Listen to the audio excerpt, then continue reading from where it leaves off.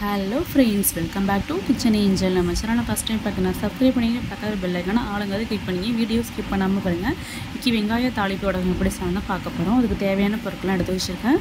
என்னென்னு வாங்க பார்க்கலாம். வீடியோ ஸ்கிப் பண்ணாமல் பாருங்கள். சின்ன வெங்காயம் 3 கிலோ எடுத்துருக்கேன். நல்லா உரிச்சு எடுத்து வச்சுருக்கேன். நல்லா கழுவிட்டு இதுமாரி வெங்காயத்தை கொஞ்சம் தோல் இருந்தும் தோல் இல்லாமல் இருந்தால் தான் நல்லா வாசமாக இருக்கும். உளுந்து, கடுகு, விளக்கெண்ணெய், மஞ்சள், ஜீரகம், சோம்பு, வெந்தயம், பூண்டு, இதெல்லாம் நான் எவ்வளோ பொருள் சேர்க்குறேன்னு அடுத்த இதில் சொல்கிறேன். பார்த்தீங்கன்னா இதுதான் தேவையான பொருட்கள். பார்த்திங்கன்னா வெங்காயத்தை நல்லா நைஸாக அரிஞ்சு எடுத்துக்கணும். நான் இன்றைக்கி அருவாமனையில் தான் வெங்காயத்தை நல்லா நைஸாக அத்தை அரிஞ்சு எடுக்கிறாங்க. பார்த்திங்கன்னா நல்லா நைஸாக அரிஞ்சு எடுத்துக்கணும். 3 கிலோ சின்ன வெங்காயம் எடுத்துருக்கேன். பார்த்திங்கன்னா இப்போ அரிஞ்ச வெங்காயத்தை ஒரு பாத்திரத்தில் நல்லா மாற்றிக்கலாம். பெரிய பாத்திரத்தில் மாற்றிக்கலாம். வெங்காயத்தை நல்லா நைஸாக அரிஞ்சிட்டு சேர்த்தா தான் நல்லா வடகம் நல்லா வரும். பார்த்திங்கன்னா இப்போ பூண்டு 1/4 கிலோ எடுத்துருக்கேன். பூண்டையும் நல்லா குட்டி குட்டியாக கட் பண்ணி எடுத்துருக்கேன். அதை சேர்த்துக்கலாம். அடுத்தது கருவேப்பிலை, அடுத்து ஜீரகம் 100 ஜீரகம் பார்த்திங்கன்னா சேர்த்துக்கலாம். இதெல்லாம் முதல் நாள் நைட்டு நம்ம செய்யணும். பார்த்திங்கன்னா அடுத்து உப்பு ஒரு கைப்பிடி அளவு சேர்த்து நல்லா மிக்ஸ் பண்ணிக்கலாம். வெங்காயம், ஜீரகம், ஒரு 2 கத்து கருவேப்பிலை அதெல்லாம் சேர்த்து நல்லா மிக்ஸ் பண்ணிக்கலாம். பார்த்திங்கன்னா நம்ம எந்த அளவு கையால் மசிக்க முடியுமோ அந்தளவு நல்லா மசித்து எடுத்துக்கணும். தாளிப்பு வடகம் வந்து மீன் குழம்பு, வத்த குழம்பு, கருவாட்டு குழம்பு, இதுமாதிரி கூட்டு பொரியல் கூட்டுக்கெலாம் செய்யும் போது ரொம்ப செஞ்சோன்னா சூப்பராக இருக்கும். இப்போ சேர்த்து நல்லா மிக்ஸ் பண்ணி வச்சிடணும். ஒரு முதல் நாள் நைட்டே இதை செஞ்சு மூடி வச்சிடணும்.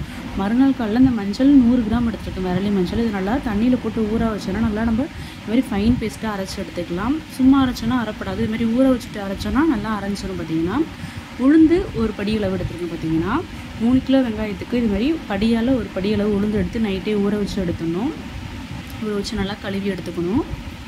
இதுமாரி கருப்பு உளுந்து தான் எடுத்துருக்கேன். பார்த்திங்கன்னா இப்போ உளுந்து நல்லா கழுவி எடுத்து வச்சுருக்கேன். இது கொஞ்சமாக மிக்ஸி ஜாரில் போட்டு அரைச்சி எடுத்துக்கலாம். கொஞ்சம் அரைச்சிட்டு கொஞ்சம் அரைக்காமல் உளுந்தும் சேர்த்துக்கணும்.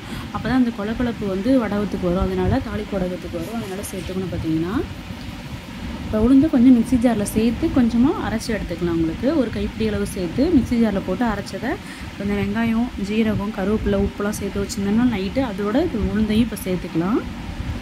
அடுத்தது சோம்பு வந்து கொஞ்சம் மிக்ஸி ஜாரில் லைட்டாக கொஞ்சம் குறப்பாக ஊட்டி எடுத்தால் நல்லாயிருக்கும்னு அதான் சொன்னாங்க. அடுத்தது இப்போ நம்ம வெங்காயம், ஜீரகம், கருவேப்பிலை இதெல்லாம் சேர்த்தது ஒரு பெரிய பாத்திரத்துக்கு நல்லா மாற்றிக்கலாம். நைட்டே நல்லா மிக்ஸ் பண்ணி வச்சது விட்டு இதாக இருக்கும். பார்த்திங்கன்னா நைட்டே மிக்ஸ் பண்ணி வச்சோன்னு எல்லாத்தையுமே. அடுத்தது நம்ம அரைச்சி வச்சோன்னா மஞ்சள் சேர்த்துக்கலாம். இப்போ 100 கிராம் மஞ்சள் எந்தளவு சேர்க்குறோமோ அப்போ தான் தாளிப்பு வடகம் நல்லா வாசமாக இருக்கும். 4 படையும் இருக்குது. 1 வருஷம் ஆனாலும் கெட்டு போகாது இந்த தாளிப்பு வடகம். அப்போ நம்ம சோம்பு எடுத்தது சேர்த்துக்கலாம். அரைச்சி வச்சுருந்த சோம்பை சேர்த்துக்கலாம். சோம்பு கொஞ்சம் தான் சேர்க்கணும். பார்த்திங்கன்னா 100 கிராம் சோம்பில் 50 கிராம் தான் சோம்பு சேர்த்துக்கணும். அடுத்தது உளுந்து சேர்த்துக்கலாம். உளுந்து கொஞ்சம் அரைச்சதை கொஞ்சம் சேர்த்துட்டோம். இப்போ முழு உளுந்தை சேர்த்துக்கணும்.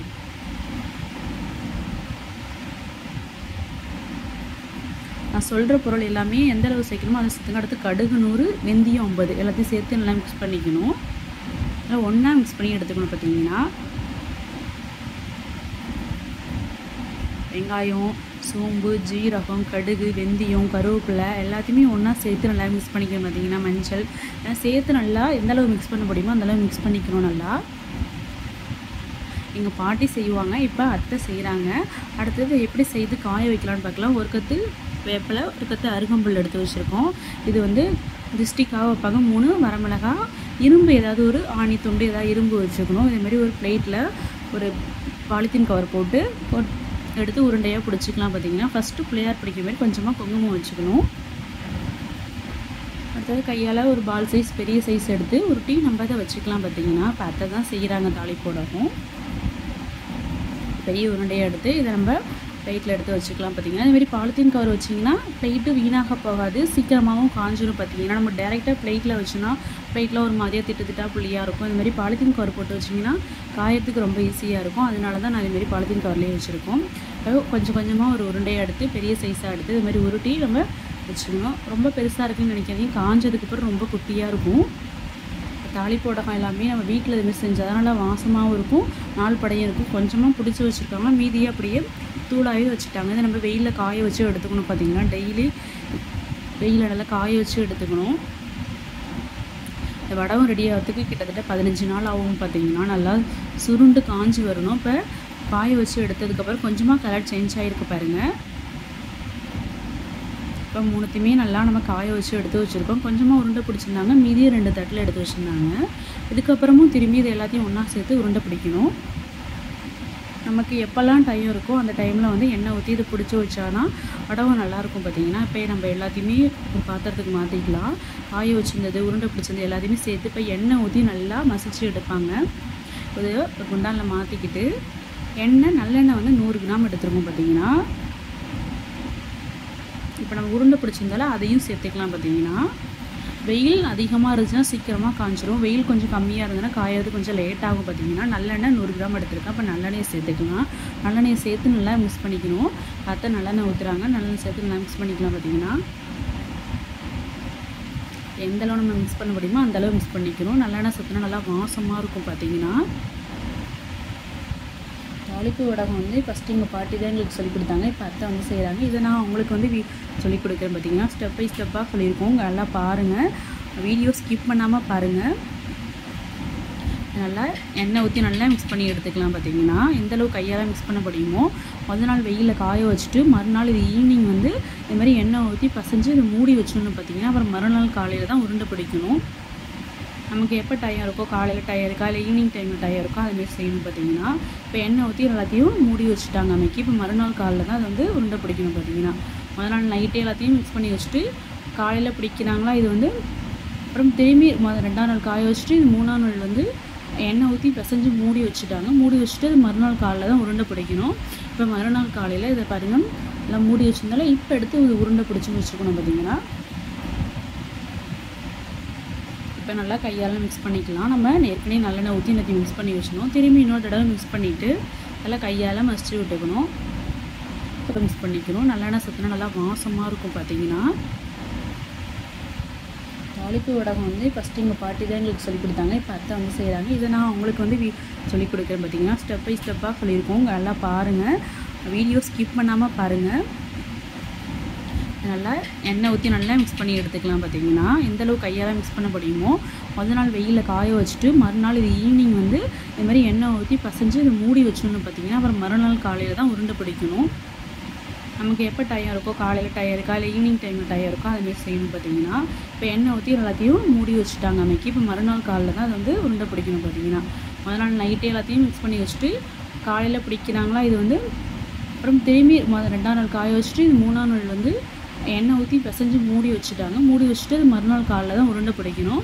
இப்போ மறுநாள் காலையில் இதை பாருங்கள் எல்லாம் மூடி வச்சுருந்தாலும் இப்போ எடுத்து இது உருண்டை பிடிச்சி வச்சுருக்கணும் பார்த்திங்கன்னா.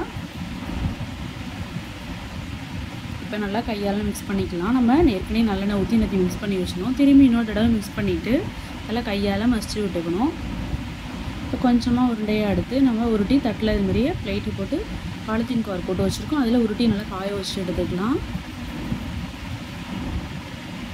அதே மாதிரி எல்லாமே அத்தை உருட்டி வச்சுட்டாங்க. இப்போ தாளிப்படம் வந்து நல்லா பெரிய பெரிய சைஸ் உருண்டையாக உருட்டி வச்சுருக்கோம். பாட்டியும் இதுமாரி பெரிய சைஸாக தான் உருட்டி வைப்பாங்க. ஆனால் காஞ்சதுக்கப்புறம் குட்டி உண்டாக இருக்கும் பார்த்திங்கன்னா. எல்லாத்தையும் உருட்டி வச்சுட்டாங்க. இப்போ இதை வெயிலில் காய வச்சிடலாம் பார்த்திங்கன்னா. ஃபஸ்ட்டு நான் வெயிலில் காய வைக்கும்போது வீடியோ எடுக்கலை, இல்லை வீடியோ எடுக்க முடியல, அதனால் நான் வீடியோ எடுக்கலை. இப்போ அடுத்ததான் மறுநாள் காலையில் விளக்கெண்ணெய் எடுத்துக்கணும். விளக்கெண்ணெயை எடுத்து தொட்டு கொஞ்சம் கொஞ்சமாக தொட்டி பிடிச்சி எடுக்கணும் பார்த்திங்கன்னா. எந்தளவு நம்ம விளக்கெண்ணெய் வச்சு தொட்டு தொட்டு பிடிக்கிறோமோ வடமும் நல்லா அந்த உருண்டை வந்து உடையாமல் இருக்கும் அப்படின்னு சொல்லி அத்தை சொன்னாங்க. இதனால் எதுக்கு வந்து விளக்கெண்ணெய் சேர்த்துறீங்க அப்படின்னு கேட்டபோது உருண்டையை பிடிக்கும்போது உருண்டை நல்லா உடையாமல் இருக்கும், நல்லா வாசமாகவும் இருக்கும் பார்த்திங்கன்னா. விளக்கெண்ணெய் சேர்த்தோன்னா கொஞ்சம் கொஞ்சமாக விளக்கெண்ணையும் கையில் தொட்டுட்டு உருண்டையில் வச்சு தொட்டு தொட்டு எப்படி உருட்டி எடுக்கிறாங்களோ அதுமாரி உருட்டி எடுத்துக்கணும் பார்த்திங்கன்னா. இப்போ வெயிலில் முதல் நாள் காய வச்சுட்டு இதை மறுநாள் நம்ம ஈவினிங் வந்து எடுத்து எண்ணெயை வச்சு தொட்டு இது மாதிரி பிடிச்சி வைக்கணும் பார்த்திங்கன்னா. இப்போ 2 தட்டிலையும் உள்ளதில் விளக்கெண்ணெய் தொட்டு நல்லா பிடிச்சி வச்சுட்டாங்க. இப்போ வந்து நம்ம 3 கிலோ வெங்காயத்துக்கு பார்த்திங்கன்னா ஒரு வருஷம்னாலும் நமக்கு வந்து எல்லா குழம்பும் செய்யறதுக்கு இதாக இருக்கும். இப்போ நல்லா வெயிலில் காய வச்சுருக்கோம் பார்த்திங்கன்னா. அப்புறம் ஒரு 12 மணி போல் வெயில் வந்து இருக்காது பார்த்திங்கன்னா. மாற்றி வச்சும் காய வைக்கணும். நல்லா ஒரு வாரம் இல்லை 10-15 நாள் வரைக்கும் நல்லா காய வச்சா தான் வடகம் நல்லா சீக்கிரமாக காஞ்சி வரும் பார்த்திங்கன்னா. வடகம் வந்து நல்லா ரெடி ஆகிடும். இந்தமாரி பாருங்கள், இப்போ கலர் நல்லா சேஞ்ச் ஆகி காஞ்சிருக்கு பாருங்கள். நம்ம உருட்டி வைக்கும்போது எவ்வளோ பெரிய உருண்டையாக இருந்துச்சு, இப்போ குட்டி உருண்டையாக இருக்குது பாருங்கள். நான் சொன்னேன் உங்கள்கிட்ட ரொம்ப பெரிய சைஸாக உருட்டினாங்க, இப்போ குட்டியாக இருக்குது பாருங்கள். இப்போ தாளிப்பு வடகம் ரெடி ஆகிடுச்சு. கண்டிப்பாக நீங்களும் செஞ்சு பாருங்கள். இந்த வீடியோ உங்களுக்கு பிடிச்சிருந்தால் லைக் பண்ணுங்கள், நம்ம சேனல் மறக்காமல் சப்ஸ்கிரைப் பண்ணுங்கள், பக்கத்தில் பெல் ஐக்கானை கிளிக் பண்ண மறந்துடாதீங்க. மீன் குழம்பு, வத்த குழம்புக்கு கூட்டுக்கு பொரியலுக்குலாம் செய்யக்கூடிய தாளிப்பு வடகம் ரெடி ஆயிடுச்சு. நீங்களும் செஞ்சு பார்த்துட்டு உங்களோட ஃபீட்பேக்கை சொல்லுங்கள். தேங்க்ஸ் ஃபார் வாட்சிங்.